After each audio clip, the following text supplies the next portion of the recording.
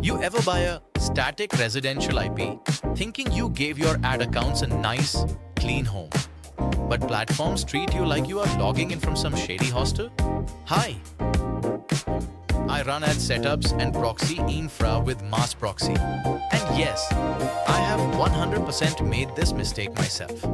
Today I'll tell you how my so-called high-quality static residential IP turned out to be more like a shared PG with a lot of bad history and random roommates. It started very simply.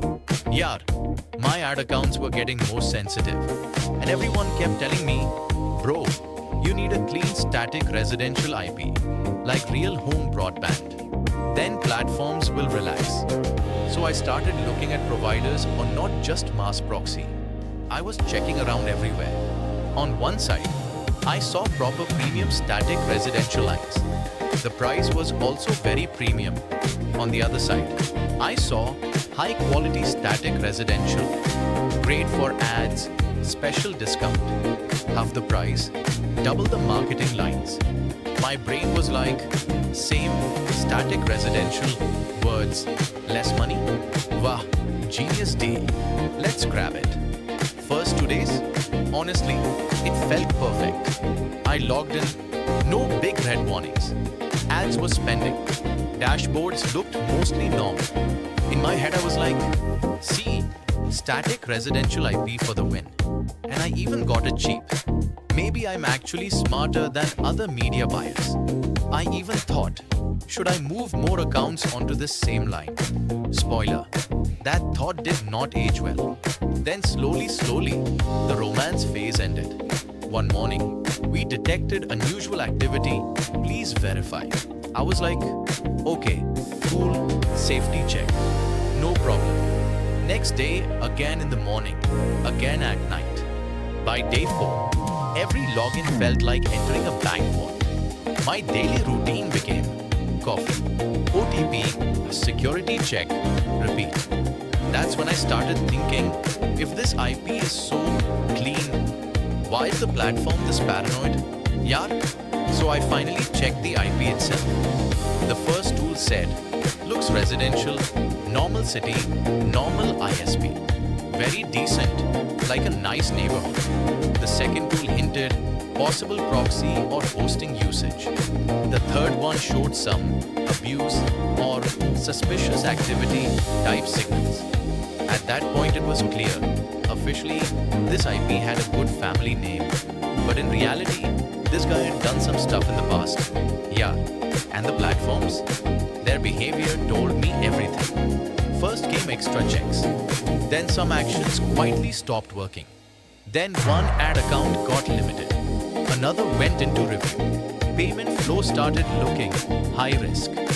Meanwhile, I'm running super clean campaigns. No automation madness, nothing shady. But from the platform's point of view, they're not just seeing me, they're seeing the full history of that IP. And clearly, I wasn't the first genius to run interesting projects on it. After enough pain, I sat down and made a simple checklist. A real static residential IP feels like this. Trust slowly builds up. Random checks reduce over time. The platform doesn't treat you like a walking red flag. An abused pseudo-residential IP feels like this. Super cheap and sold in bulk. Mixed signals in IP databases. Platforms are nervous from day one. You see more captchas than actual work. It's like the difference between renting a quiet flat in a normal society and moving into an apartment where 30 unknown people already threw parties before you. That whole experience basically changed how I treat static residential IPs. At MaskProxy, we made one rule very clear. Static residential lines are like VIP home addresses for serious ad accounts. We keep them clean. We don't let high-risk use cases touch them. And we don't oversell the same IPs everywhere just to squeeze a few extra dollars. Heavy scraping, crazy volume. Experiments, those go to separate rotating and high-capacity pools. Different lanes for different jobs. So your best ad accounts don't end up sharing history with some totally random spam. So if you also bought a static residential IP that felt amazing for 2 days, and then suddenly your life turned into captchas, reviews, and random limits. Trust me, you're not the only one.